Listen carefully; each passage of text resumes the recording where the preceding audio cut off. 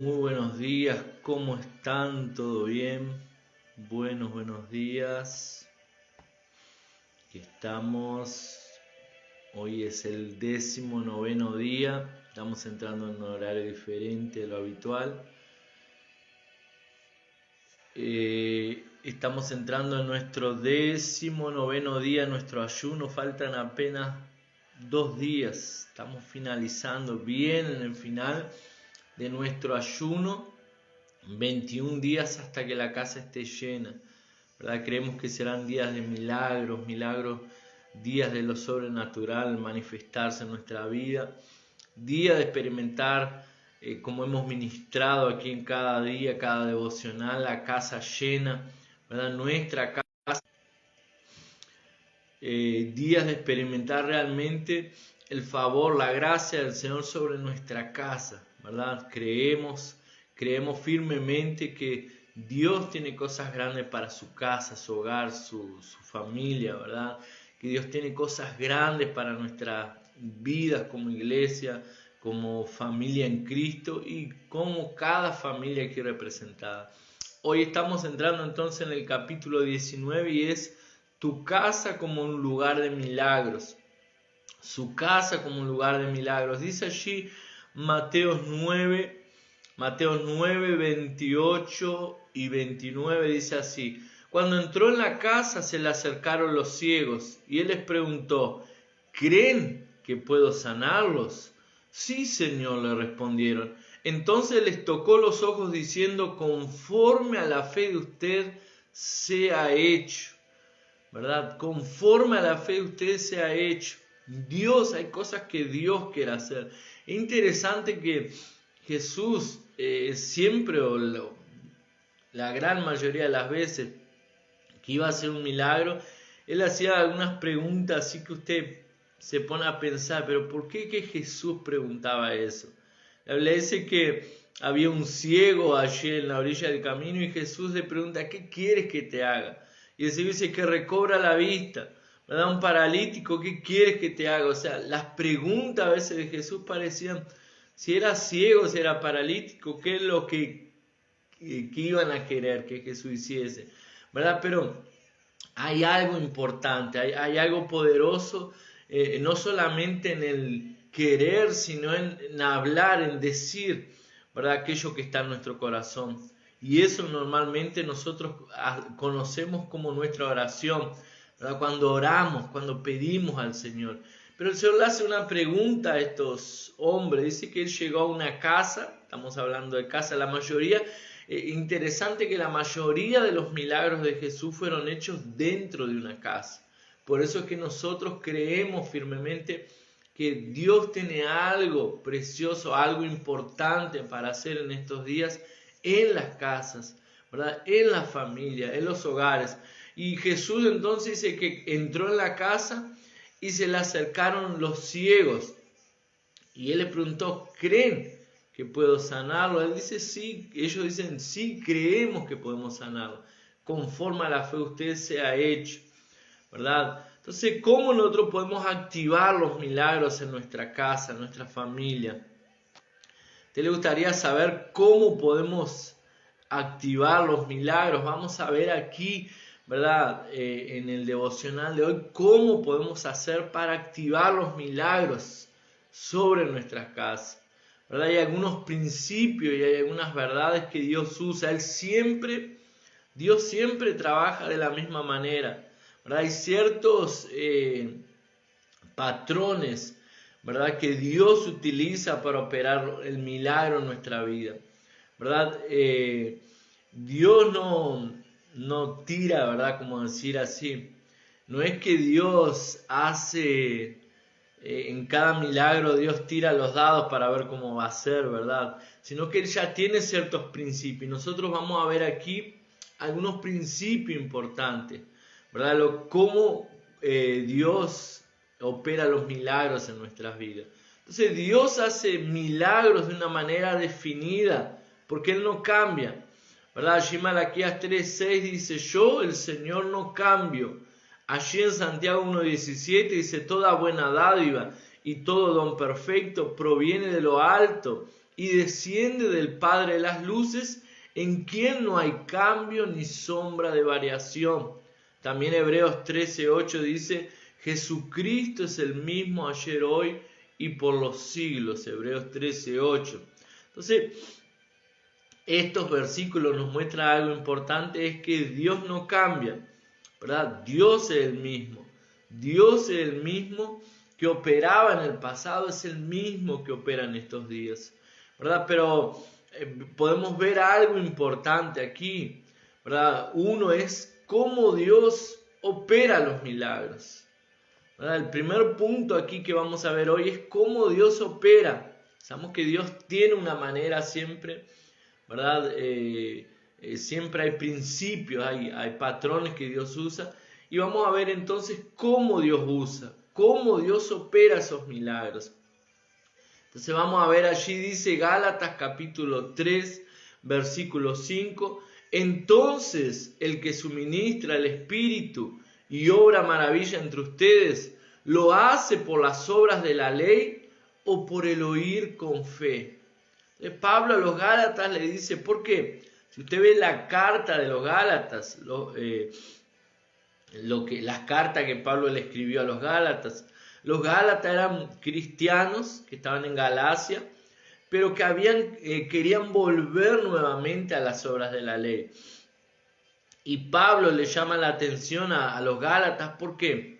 Porque ellos querían caer, la Biblia dice que de la gracia, Pablo le dice a los Gálatas, de la gracia cayeron de la gracia decayeron, porque habiendo conocido a Cristo, ustedes quieren volver nuevamente a las prácticas, a las obras de la ley. Y aquí dice entonces, cuando le escribe a los Gálatas en el capítulo 3, versículo 5, dice, lo hace entonces el que suministra el Espíritu y obra maravilla entre ustedes. Y aquí vemos el primer principio. ¿Lo hace por las obras de la ley o por el oír con fe? Entonces, ¿cuál es la respuesta aquí? Es por las obras de la ley que Dios opera cuando hacemos para merecer, o Dios opera cuando oímos con fe, cuando creemos, cuando tenemos un corazón, ¿verdad? Y aquí vamos a ver cuáles son las obras de la ley. ¿Cuáles son las obras de la ley? ¿Verdad? Dice allí, entonces en la palabra del Señor, vemos que las obras de la ley, ¿verdad?, es todo lo contrario a lo que tiene que ver con la fe, ¿verdad? Por ejemplo, nuestra paz, ella es por la ley, porque estamos haciendo las cosas bien, o nuestra paz es por fe, porque creemos en Dios, ¿verdad? Otro de los puntos, su matrimonio, la paz, o sea, la comunión, esa paz, ¿verdad?, que hay en su matrimonio, ¿es por las obras de la ley, porque usted obedece la ley, o es por la fe, ¿verdad? Es por creer en Dios. La justicia, ella viene por la fe, la justicia de Dios en nuestras vidas, o por el obedecer las obras de la ley. Su prosperidad viene por la fe o por obedecer las obras de la ley. Su sanidad viene por la fe o viene por obedecer las obras de la ley, ¿verdad? Vemos la Biblia entonces, Gálatas 3:5 dice que no hay otra manera en que Dios pueda obrar en nuestras vidas a no ser por la fe. No es por las obras, ¿verdad? No es por lo que hagamos que Dios va a hacer. Otro de los puntos aquí también importante es que las obras de la ley son lo equivalente a la confianza en nuestra carne, ¿verdad? Lo que la Biblia llama de obras de la ley significa la confianza en nuestra carne. Y cuando confiamos en nuestra carne, ¿qué es lo que sucede? No dependemos de la fe. Cuando usted confía en la fuerza de su brazo, usted nunca va a depender de las obras de la fe. Usted nunca va a depender de la fe para hacer algo, ¿verdad? Allí en Juan 3:6, Jesús dijo algo muy importante. Dice, lo que nace del cuerpo, algunas versiones dicen lo que nace de la carne, ¿verdad? Lo que nace del cuerpo es cuerpo, lo que nace del espíritu es espíritu, o lo que nace de la carne, carne es, Lo que nace del Espíritu es Espíritu. O sea, eso quiere decir que todo ser humano, él nace primero de la carne, ¿verdad? O sea, nace naturalmente, nace de una mujer, claro, ¿verdad? Y nace naturalmente, es un ser natural. Eso es lo que Jesús dice, que lo que nace de la carne, carne es. Pero ahí entonces, a través del nuevo nacimiento, es que sucede nuestro nacimiento en el Espíritu, ¿verdad? Nacemos para ser un hombre espiritual a través del nuevo nacimiento. Y Jesús dice, entonces lo que nace, lo que es nacido del Espíritu, es Espíritu, ¿verdad? Entonces, las obras de la ley, ellas se originan en nuestro viejo hombre, ¿verdad? Las obras de la ley tienen que ver con nuestra vieja criatura, nuestra vieja creación, ¿verdad? Antes de nosotros conocer al Señor, éramos personas que actuábamos por nuestra carne, ¿verdad? Actuábamos por nuestro propio comportamiento, por nuestra propia naturaleza. Cuando nosotros venimos a los caminos del Señor, que tenemos un encuentro con Cristo y que sucede el nuevo nacimiento, a partir de ese momento entonces nosotros comenzamos a andar por el Espíritu, ¿verdad? Y ese andar por el Espíritu es andar por fe. Allí en Efesios capítulo 4, versículo 22 a 24 dice, con respecto a su antigua manera de vivir, despójense del viejo hombre, que está viciado por los deseos engañosos. Y esta versión me gusta porque dice que está viciado, o sea, tiene un vicio de deseos engañosos, deseos que son mentiras, que es un engaño. Pero renuévense en el espíritu de su mente y vístanse del nuevo hombre, que ha sido creado a semejanza de Dios en justicia y santidad de verdad. Entonces aquí la carta a los Efesios, Pablo le dice con respecto a la antigua manera de vivir, a la vieja criatura, al viejo hombre, despójense de ella y vístanse del nuevo, vístanse, ¿verdad? Del nuevo, que tiene que ver con renovar su mente, que allí Romanos 12:2, que decían no se conformen a este mundo. Hay una versión que dice no tomen la forma de este mundo, sino que sean transformados por medio de la renovación de vuestro entendimiento, para que comprobéis cuál sea la buena, agradable y perfecta voluntad de Dios. O sea, para nosotros poder comprobar esa buena, agradable y perfecta voluntad de Dios. Y como decía Pablo aquí a los Efesios, no vivir en los deseos engañosos de nuestra vieja criatura, de nuestro viejo hombre. Necesitamos entonces revestirnos, ¿verdad?, de esa nueva mente, esa nueva manera de pensar, ¿verdad?, de la manera de pensar de Cristo. La Biblia dice que nosotros tenemos la mente de Cristo. Y si tenemos la mente de Cristo, no podemos continuar viviendo una vida pensando de la misma manera que pensamos antes de conocer a Cristo. Necesitamos cambiar nuestra manera de pensar. Necesitamos pensar como la Biblia nos enseña a pensar. Necesitamos pensar en las verdades bíblicas, lo que Jesús dice a nuestro respecto, en lo que Jesús dice sobre nuestra casa, sobre nuestro hogar, sobre nuestra familia, lo que Él dice sobre las promesas que hay para nosotros, ¿verdad? Pablo allí en Romanos 7:18 dice, yo sé que en mí, a saber en mi carne, no mora el bien, porque el querer el bien está en mí, pero no el hacerlo. O sea, cuando confiamos en nuestra carne, hay mucha gente que confía en su carne. ¿Qué es confiar en la carne? Que es lo que estamos hablando hoy. Confiar en la carne es ser alguien natural, ¿verdad? Pensar que usted consigue las cosas a la fuerza de su brazo, ¿verdad? Hay gente que uno le dice, no, gracias a Dios que estoy trabajando, gracias a Dios que conseguí comprarme mi casa, gracias a Dios que conseguí comprar aquello o lo otro. Y las personas dicen, no, pero no gracias a Dios, gracias a tu esfuerzo, gracias a vos que trabajaste. O sea, son personas naturales, personas que descartan a Dios de su vida. Entonces, cuando nosotros decidimos andar en la fuerza de nuestro brazo, nos sucede lo que dice Pablo aquí. Yo sé que en mí, ¿verdad? A saber, en mi carne, no hay nada bueno, no mora el bien. Porque el querer el bien está en mí, pero no el hacerlo. Y continúa Pablo después diciendo, miserable el hombre que soy, ¿quién me librará de este cuerpo de la muerte? O sea, naturalmente hablando, Pablo decía yo, o sea, era Pablo, ¿verdad? No era cualquiera, era el apóstol Pablo. El apóstol Pablo dice, en mi carne no hay ningún bien. O sea, naturalmente no hay ningún bien en mí. Pero, ¿por qué? Porque el querer hacer el bien está en mí, pero no el hacerlo. Y ahí después continúa más adelante diciendo Pablo, pero gracias a Dios por nuestro Señor Jesucristo, porque en Él sí conseguimos, ¿verdad? En Él podemos recibir los milagros. En Él, ¿verdad? Obtenemos las promesas para nuestra casa. Allí dice Hebreos 5:12, dice, debiendo ya, Pablo diciéndole, mejor dicho, el autor de Hebreo, diciendo, debiendo ya ser maestros por el tiempo transcurrido, de nuevo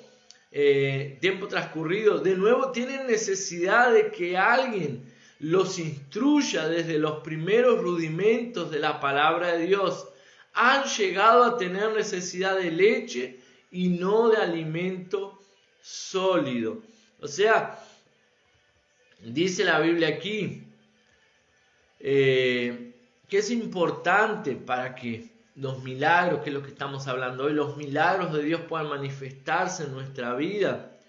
Necesitamos entender que necesitamos crecer y madurar en nuestra fe en Dios, ¿verdad? Necesitamos discernir aquellas cosas que son naturales y aquellas cosas que son del Espíritu, ¿verdad? ¿Por qué? Porque las promesas del Señor es para aquellos hijos, ¿verdad? Hijos maduros, ¿verdad? Mientras nosotros seamos inmaduros en la fe, mientras nosotros seamos niños, bebés espirituales, hay muchas cosas que perdemos en Dios. Por eso que aquí el autor de Hebreo dice, ustedes ya eran para estar bebiendo, comiendo alimentos sólidos, pero tengo que tratarlos como a niños, como a carnales, como a bebés espirituales.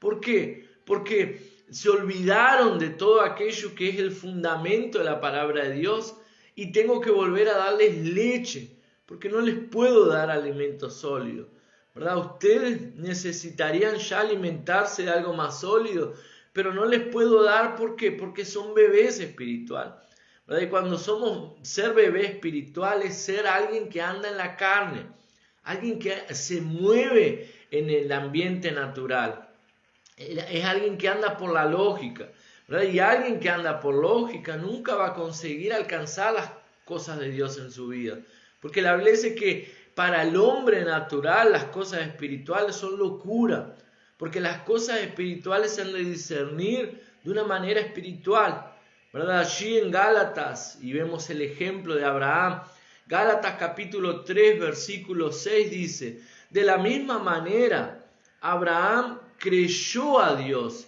y le fue contado por justicia. O sea, en Gálatas, ¿se acuerda que comenzamos a decir que Pablo estaba exhortando a los Gálatas porque ellos habían comenzado bien en la fe, pero estaban queriendo volver nuevamente a vivir en las obras de la ley, a aplicar la ley en la vida de ellos? Y Pablo entonces le escribe esta carta a los Gálatas exhortándolos a volver a la fe, ¿verdad? Y salir de las obras de la ley, salir de querer vivir en la ley. Y él usa entonces aquí a Abraham.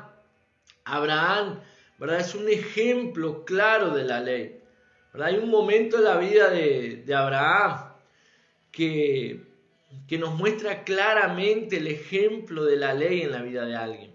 La Biblia dice que a Abraham Dios le hace una promesa y esa promesa es que de él, de su descendencia, tendría una multitud y a través de su descendencia serían benditas todas las naciones de la tierra. Pero había un pequeño detalle. El pequeño detalle era que Abraham ya era de edad avanzada, ya era un anciano, y su esposa Sara, que también era de edad avanzada, era estéril. Entonces, naturalmente, ellos nunca podrían tener hijos. Naturalmente, esa promesa sería imposible de cumplirse en la vida de Abraham. Pero de repente Sara, ¿verdad? Sara tiene una brillante idea, por así entre comillas, ¿verdad? Sara tiene una idea y dice, Abraham, ¿por qué no te acostás? O sea, no te juntás a mi sierva, Agar. Y ella, porque era costumbre de aquella época, eran costumbres, cuando la señora no podía tener hijos, la esposa no podía tener hijos, el señor se acostaba, ¿verdad?, con las siervas, y las siervas le daban hijos a la señora. Y esos hijos, como si fuesen de la ama y del amo, eran de ellos, no eran de la esclava. Entonces era una costumbre, era una tradición de aquellas épocas. Sara decide eso, le dice a Abraham, Abraham concuerda, y ellos entonces, Abraham tiene relación allí con Agar, una esclava egipcia, y ahí nace un hijo llamado Ismael, ¿verdad? Y fue la peor decisión en la vida de Sara y Abraham que tuvieron, ¿verdad? Y eso apunta para las obras naturales. Esa decisión apunta a tomar una decisión carnal, naturalmente.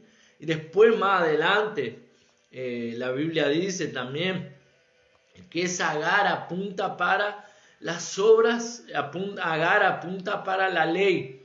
Y Sara, ¿verdad?, que después más adelante le da un hijo a Abraham, realmente hijo de Sara y de Abraham, que fue Isaac, el hijo de la promesa. Sara e Isaac apuntan para la gracia. Pero ¿qué es lo que sucede? Abraham, entonces Dios le da una promesa a Abraham, y Abraham, en cuanto él podía hacer algo, lo hizo, ¿verdad? Mientras él podría engendrar hijos, hizo tener un hijo de una manera natural allí con Agar, su sierva. Pero la Biblia dice que Dios espera, que Dios tiene sus tiempos. Dios espera un poco más para darle el hijo de la promesa, y cuando Abraham ya tenía 99 años, ahí entonces viene Isaac. ¿Por qué es que Dios esperó tanto? Porque con 99 años Abraham ya no podría, naturalmente hablando, ya no podría engendrar más hijos. Entonces, primero era Sara. Sara no podía tener hijos, pero Abraham sí. Entonces recurrieron a una opción natural de Abraham tener hijos con la esclava, con la sierva. Entonces, mientras había una posibilidad natural, Abraham y Sara usaron la posibilidad natural. Pero Dios no quiere obrar en nuestras vidas a través de opciones naturales. Dios quiere manifestar su gloria, su poder, sus milagros en nuestras vidas. Y ahí Dios da un tiempo, bueno, voy a esperar para que en el momento que ya no haya cero posibilidad de tener hijos, bueno, el hijo va a venir. Cuando Abraham tenía 99 años y la carta de Hebreos dice que él estaba con su cuerpo casi muerto, es que Dios le da al hijo la promesa. O sea, para demostrarle que realmente era Dios el que iba a darle el hijo. Y ahí nace, ¿verdad? ¿Para qué? Para demostrar que no había ninguna intervención, ya no había ninguna posibilidad de Abraham y Sara tener hijos, pero el hijo de la promesa, el milagro, se manifiesta. Amén.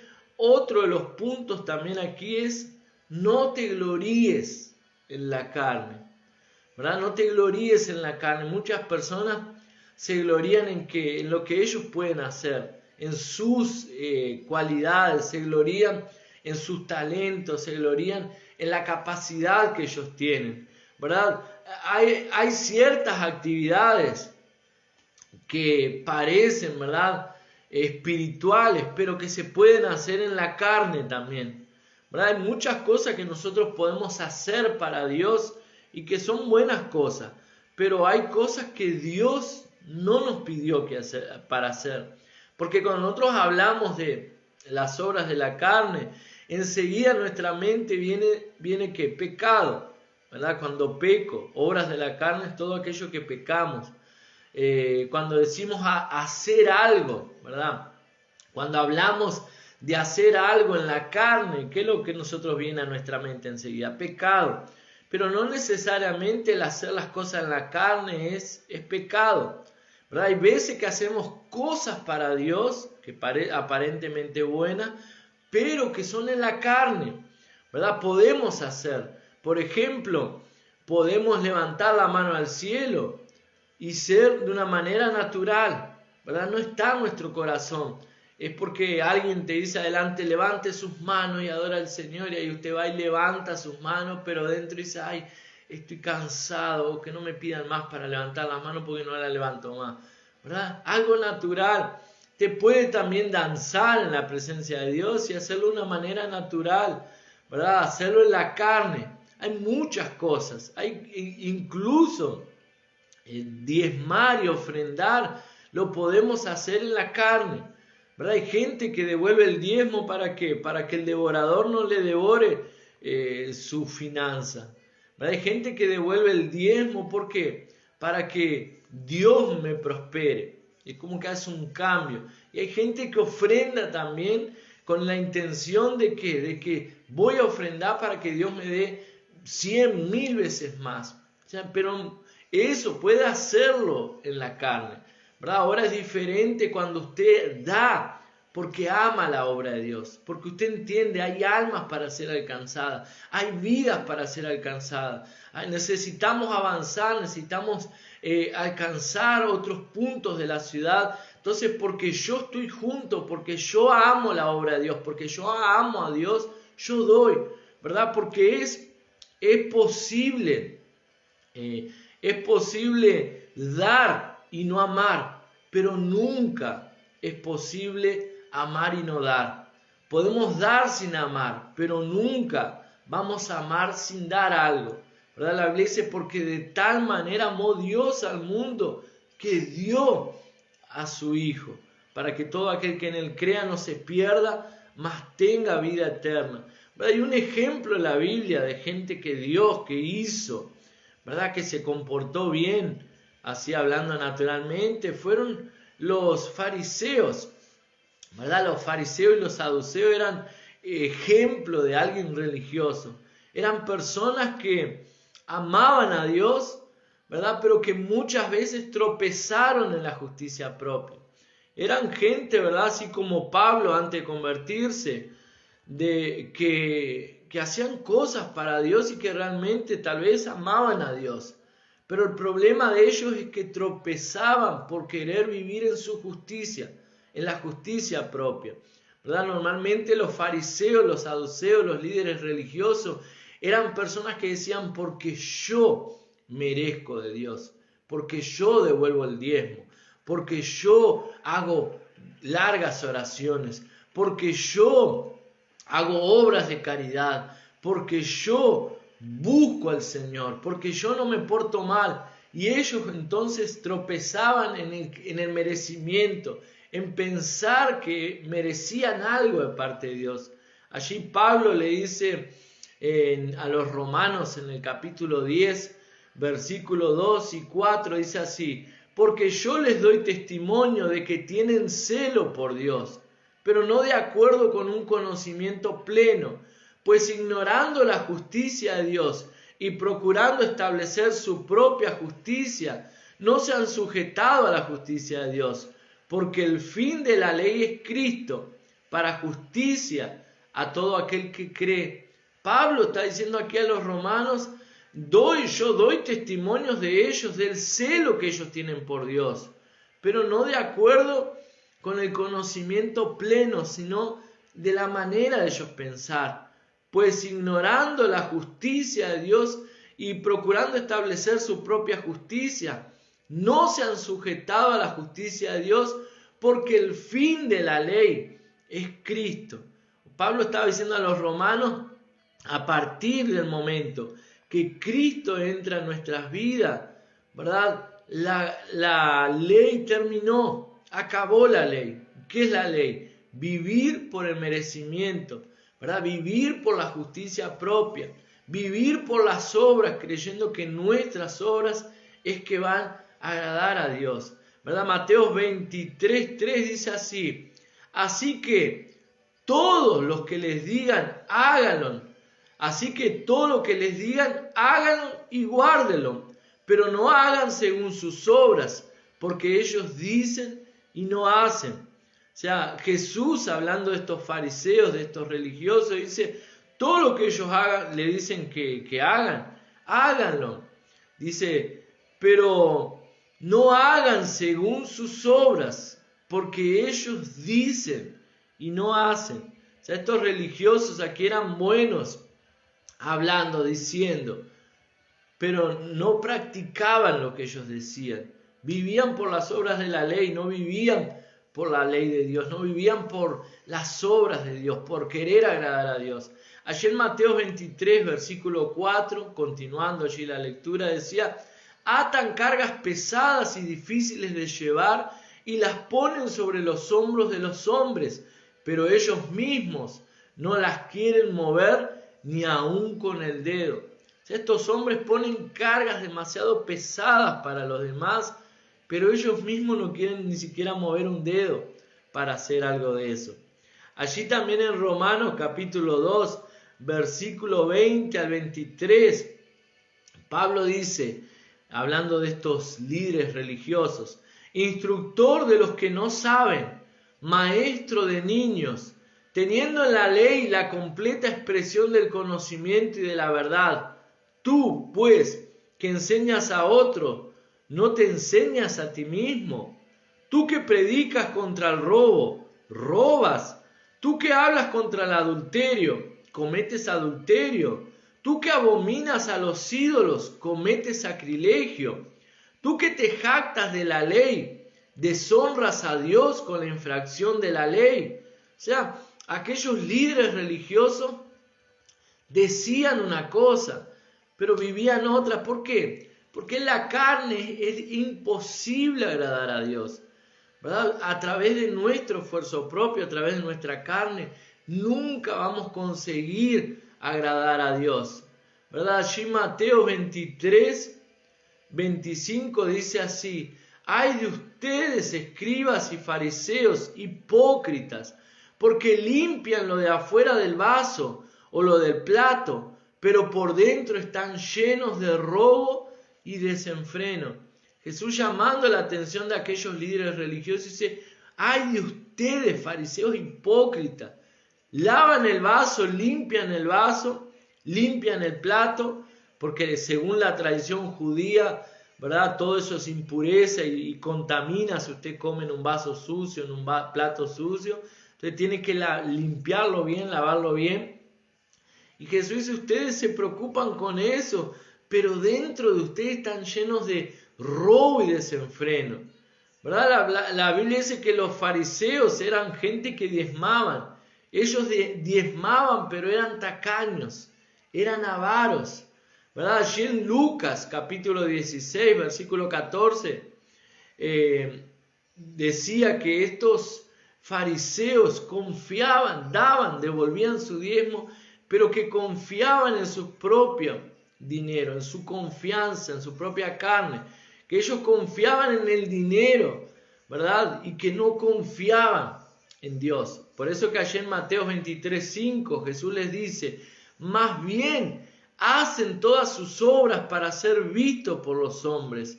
Ellos ensanchan sus filacterías y alargan los flecos de sus mantos. O sea, ellos tenían apariencia religiosa, pero eran vacíos, ¿verdad? Esas filacterías eran unas pequeñas cajas que los judíos colocaban un texto del Torá y que tenían que colgarlo, ¿verdad? Y quedaban colgando en su frente, ¿verdad? Y esas líneas, ¿verdad? Esos cordones que decía allí, esos flecos, ¿verdad? Alargan los flecos de su manto, porque cuanto más largo era el fleco en el manto, aparentaba ser más piadoso, más religioso, más consagrado, ¿verdad? Ellos tenían esa ley en su frente, tenían los flecos largos, pero el corazón de ellos no estaba para agradar a Dios.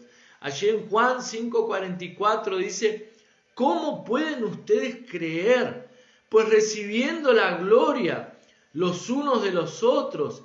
No buscan la gloria que viene de parte del único Dios, ¿verdad? Quien busca honor, quien busca honra, no es digno de tenerlo, ¿verdad? La honra no es algo que se impone, es algo que se consigue, se gana. Alguien que confía en la carne, ¿verdad? Se glorifica a sí mismo cuando dice, no tengo ningún problema con esto no me toca, ¿verdad? Eso revela muchas veces la necedad, la religiosidad, ¿verdad? Y la ignorancia del peligro que tiene confiar en la carne, ¿verdad? Dice allí en Proverbios 3:5, confía en el Señor con todo tu corazón y no te apoyes en tu propia inteligencia. O sea, si queremos recibir los milagros en nuestras vidas, ¿cuál es la clave? Confiar en Dios, ¿verdad? Depender de Él, esperar en Dios su milagro, esperar en Él que a su tiempo Dios va a obrar el milagro en nuestras vidas, pero no se apoye en su propia carne, ¿verdad? Hechos 17:28 dice, porque en Él vivimos, nos movemos y somos, ¿verdad? En Él vivimos, nos movemos y somos. Y queremos un milagro de parte de Dios en nuestras vidas, necesitamos confiar, esperar en Él, crea en Él y no se apoye, no confíe en las obras de su carne. Amén. Amén, que el Señor te bendiga, que tengas un día bendecido, un día de victoria. Yo bendigo tu casa, yo declaro que tu casa es un lugar de bendición, que tu casa es un lugar de milagros, que en estos días experimentarás los milagros de parte de Dios en tu casa, en tu familia, porque es promesa del Señor y Él dice y Él lo va a hacer. Amén. Bendiciones, que tengan un día bendecido. Nos vemos mañana a este horario de 7 a 7:30, a pesar que hoy entramos un poco más tarde, pero estaremos el sábado y ya el domingo será el último día de nuestro ayuno. Volveremos el martes después nuevamente con los devocionales de los Salmos, donde habíamos parado. Amén. Bendiciones, chao, chao, que pasen bien, que tengan un día bendecido. Nos vemos, chao, chao.